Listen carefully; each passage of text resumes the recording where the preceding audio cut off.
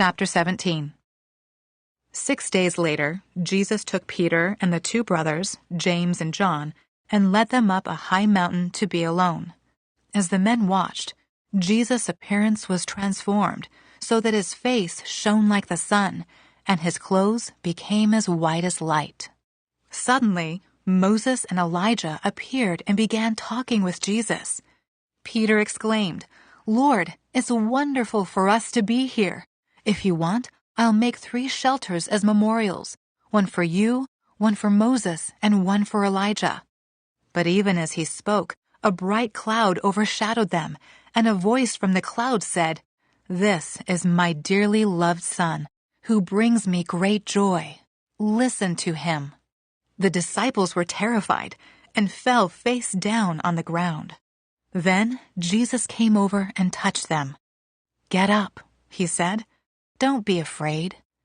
And when they looked up, Moses and Elijah were gone, and they saw only Jesus.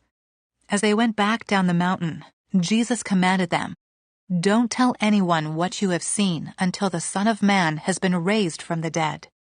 Then his disciples asked him, "Why do the teachers of religious law insist that Elijah must return before the Messiah comes?" Jesus replied, "Elijah is indeed coming first to get everything ready. But I tell you, Elijah has already come, but he wasn't recognized, and they chose to abuse him. And, in the same way, they will also make the Son of Man suffer." Then the disciples realized he was talking about John the Baptist. At the foot of the mountain, a large crowd was waiting for them. A man came and knelt before Jesus and said, "Lord, have mercy on my son. He has seizures and suffers terribly. He often falls into the fire or into the water. So I brought him to your disciples, but they couldn't heal him." Jesus said, "You faithless and corrupt people. How long must I be with you? How long must I put up with you? Bring the boy here to me." Then Jesus rebuked the demon in the boy, and it left him. From that moment, the boy was well. Afterward, the disciples asked Jesus privately, "Why couldn't we cast out that demon?" "You don't have enough faith," Jesus told them. "I tell you the truth.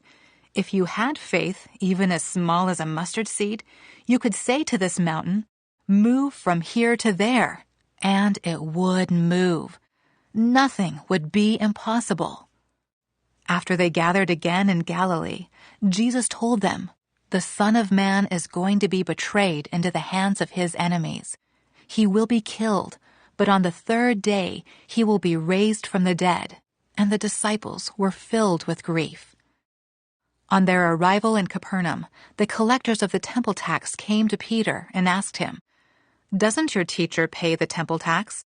"Yes, he does," Peter replied. Then he went into the house, but before he had a chance to speak, Jesus asked him, "What do you think, Peter? Do kings tax their own people or the people they have conquered?" "They tax the people they have conquered," Peter replied. "Well then," Jesus said, "the citizens are free. However, we don't want to offend them, so go down to the lake and throw in a line.